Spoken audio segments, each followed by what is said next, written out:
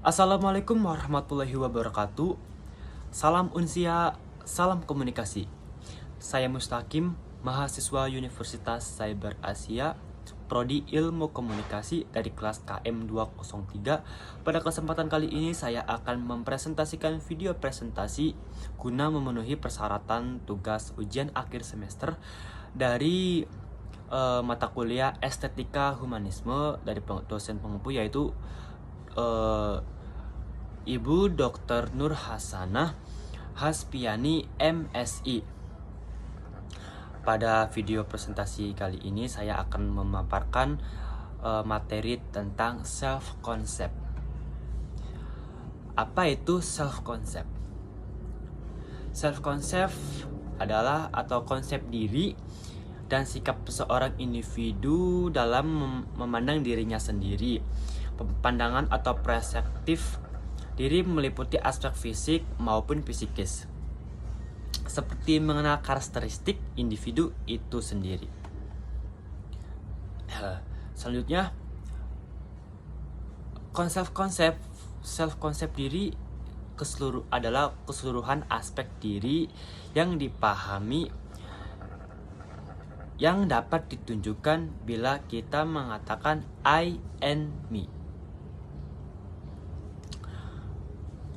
Tingkah laku atau perbuatannya, kemampuan diri dan sebagainya. Konsep diri adalah konsep seseorang terhadap dirinya sendiri.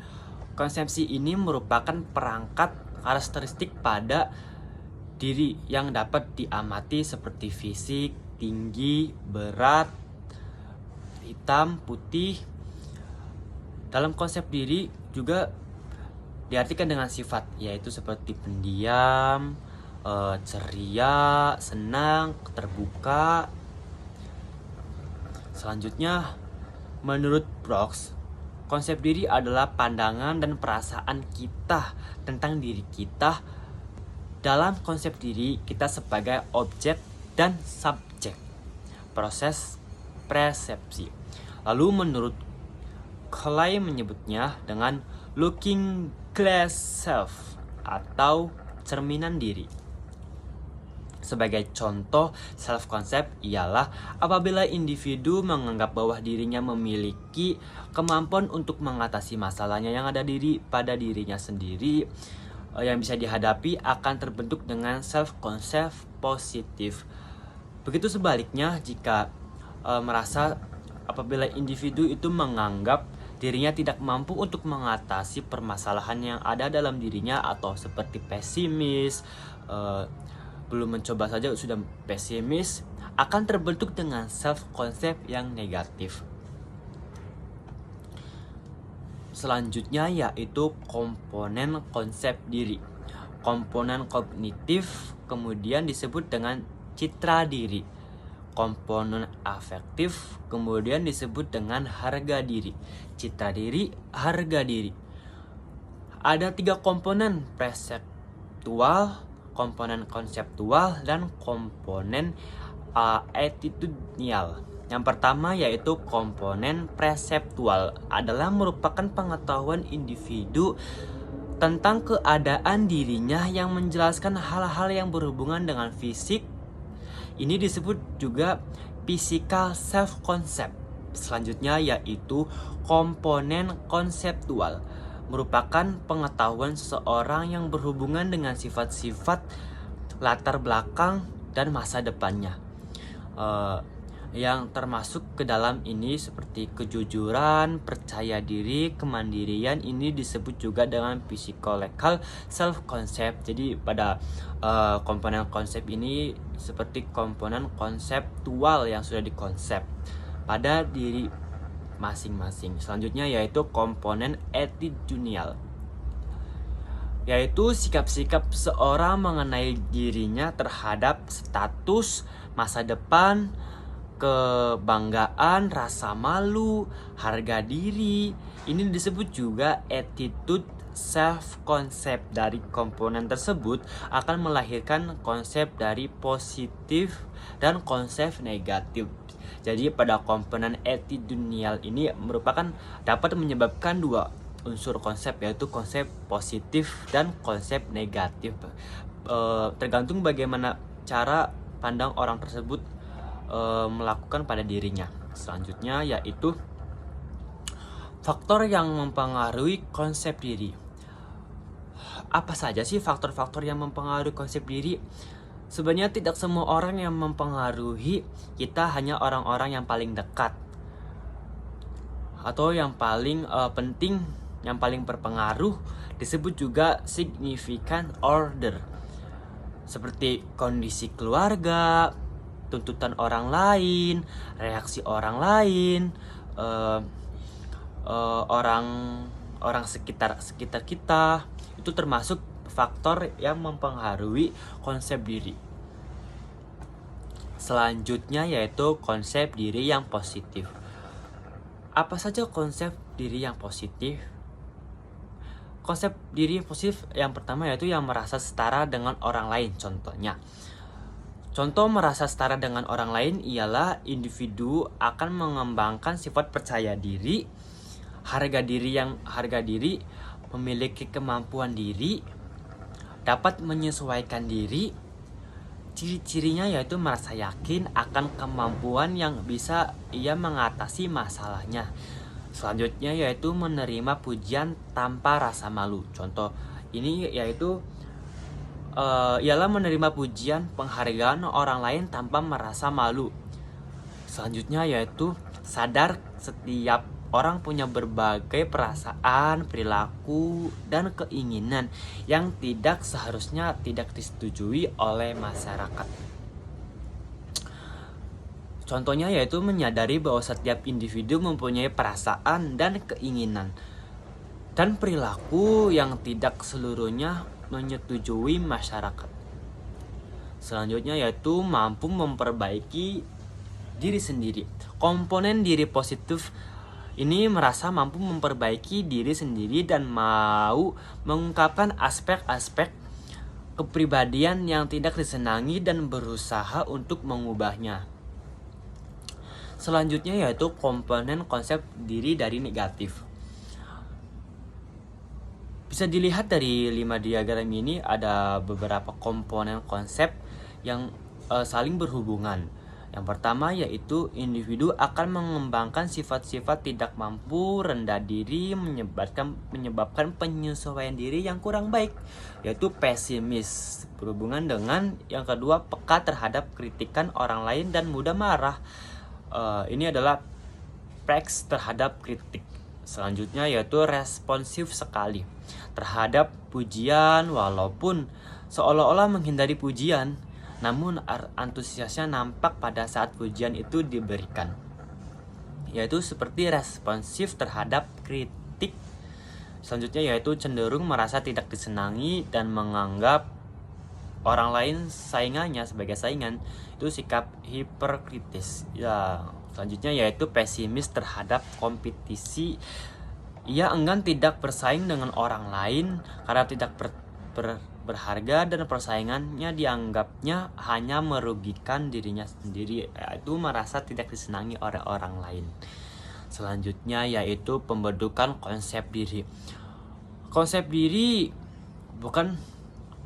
adalah bukan bawaan dari lahir. Konsep diri merupakan tumbuh dari diri kita sendiri, melainkan dari pengalaman-pengalaman pribadi kita, terbentuk dari perkembangan diri, pengalaman hidupnya sejak kecil dalam keluarga, teman, sebaya, tempat kerja, lingkungan hidup, sekolah, kampus, masyarakat, dan sebagainya. Merupakan hasil dari belajar dan mungkin juga latihan, mengalami perubahan dan perkembangan.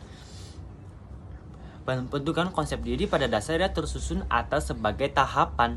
Yang paling mendasar adalah konsep diri primer, yaitu konsep yang terbentuk atas dasar pengalamannya terhadap lingkungan terdekatnya, yaitu lingkungan rumahnya sendiri yang tadi dijelaskan. Konsep tentang bagaimana dirinya banyak bermula dari pandangan antara dirinya dan saudara-saudaranya. Adapun konsep bagaimana perannya, aspirasi ataupun tanggung jawab Dalam kehidupan ini banyak ditentukan atas dasar didikan, tekanan dari orang tua atau keluarga. Selanjutnya, keterbukaan dalam kesadaran diri. Kesadaran diri atau self-awareness membantu kita mengetahui kelebihan dan kekurangan yang ada pada diri kita. Selanjutnya yaitu mengetahui siapa kita dan apa yang kita inginkan. Selanjutnya, tingkat keterbukaan self-disclosure dan kesadaran diri dapat diungkapkan sebagai model Johari window. Nah, kali ini kita masuk kepada jendela Johari atau Johari window. Johari window, apa itu Johari window? Johari window itu dapat mempunyai 4 aspek, yaitu area terbuka, area blind spot, area tertutup, dan area unknown atau tidak diketahui. Area terbuka, apa itu area terbuka? Area terbuka sebagai kesimpulannya yaitu kamu dan orang lain saling mengetahui. Contohnya pada area terbuka ini yaitu informasi yang ada di wilayah dipahami oleh kamu dan orang lain. Misalnya kamu sudah berkenalan dengan si A, dapat disimpulkan saat kamu dan A berinteraksi, namamu dan nama si A ada di area terbuka, saling mengetahui satu sama lain. Selanjutnya yang kedua yaitu area tertutup. Wilayah Johari pada disimpulkan hanya kamu yang mengetahui. Jadi wilayah Johari window area tertutup ini kadangkala wilayah ini disebut dengan fast head. Kamu tahu, contohnya yaitu kamu tahu informasi dalam area tertutup namun orang lain tidak mengetahuinya, yaitu salah contohnya adalah PIN ATM. Kamu mengetahui PIN ATM kamu sedangkan orang lain tidak mengetahui kode rahasia tersebut. Tentu hanya kamu saja yang mengetahuinya. Selanjutnya yaitu blind spot. Ketiga, blind spot adalah informasi di dalamnya tidak kamu ketahui namun dipahami oleh orang lain. Salah satunya adalah kekurangan diri. Kadangkala orang lain tahu kekurangan yang tidak kamu kesadari. Jadi pada blind spot ini kamu tidak mengetahui tapi orang lain yang mengetahui pada diri kamu. Selanjutnya yaitu unknown. Unknown ini adalah kamu dan orang lain sama-sama tidak mengetahui isi area yang satu ini. Contohnya yaitu selanjutnya yaitu misalnya kamu belum pernah mengerjakan tugas X, otomatis kamu dan orang lain sama-sama tidak tahu tingkat kemahiranmu dan mengerjakan tugas tersebut itu seperti apa. Selanjutnya yaitu kuadran terbuka. Kuadran terbuka yaitu area terbuka. Kuadran terbuka berisikan informasi pelaku, perasaan, keinginan, motivasi, gagasan, dan sebagainya yang diketahui oleh diri sendiri dan orang lain. Informasi yang termasuk di sini dapat beragam, mulai dari nama, warna kulit, jenis kelamin, usia, keyakinan, politik, dan agama. Kuadran terbuka masing-masing orang akan berbeda besarannya tergantung pada dengan siapa orang ini berkomunikasi. Selanjutnya yaitu kuadran gelap. Kuadran gelap berisikan informasi tentang diri kita yang diketahui oleh orang lain tetapi kita sendiri tidak mengetahuinya. Sebagian orang mempunyai kuadran gelap yang luas tapi tidak menyadari berbagai keliruan yang ada dibuatnya. Kuadran gelap dapat membuat setiap rangsangannya komunikatif yang tidak sengaja. Selanjutnya yaitu kuadran tersembunyi. Kuadran tersembunyi mengandung semua hal yang kita ketahui tentang diri sendiri tanpa tidak diketahui oleh orang lain. Kuadran ini mewakili usaha seseorang untuk membatasi masukan atau informasi yang menyangkut dirinya. Kuadran ini adalah tempat kita merahasiakan suatu tentang diri sendiri dan tentang orang lain. Selanjutnya yaitu kuadran tidak diketahui. dan tidak diketahui adalah bagian dari diri kita yang tidak diketahui oleh sendiri maupun oleh orang lain. Keadaan ini adalah informasi yang tenggelam di bawah sadar seseorang, sesuatu yang luput dari perhatian, mewakili segala sesuatu tentang diri seseorang yang belum pernah ditelusuri oleh orang atau dirinya sendiri-sendiri. Selanjutnya, kontribusi konsep diri terhadap perilaku. Konsep diri mempunyai peranan penting dalam menentukan perilaku individu akan sesuai dengan cara individu memandang dirinya. Perilaku individu. Selanjutnya, konsep diri mempunyai peran dan mempertahankan keselarasan hatinya. Selanjutnya, konsep diri merupakan seperangkat harapan serta penilaian perilaku. Contoh studi kasus meningkatkan self-awareness. Studi kasusnya yaitu contohnya pertama-tama konsep Johari bisa meningkatkan self-awareness alias kesadaran atas diri kamu. Seperti yang sudah dijelaskan, di konsep Johari ada blind spot. Di dalamnya ada informasi yang orang lain ketahui namun diri kita tidak mengetahuinya. Informasi tersebut bisa kamu pelajari dengan mempersempit blind spot, tanyakan pada pendapat orang lain sehingga kamu bisa menanyakan kekurangan kamu kepada orang lain.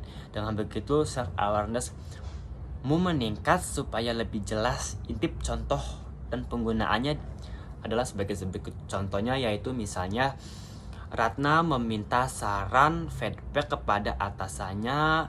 Informasi yang Ratna terima akan memperluas area terbuka dan mempersempit blind spot. Dengan begitu ada lebih banyak informasi yang sama-sama dipahami Ratna dan atasannya. Self awareness Ratna juga meningkat. Tak hanya itu, Ratna juga bisa memperbaiki kekurangan yang ada pada dirinya. Berikut adalah rujukan daftar pustaka dari berbagai sumber. Sekian pemaparan presentasi video self concept dari saya. Terima kasih. Assalamualaikum warahmatullahi wabarakatuh.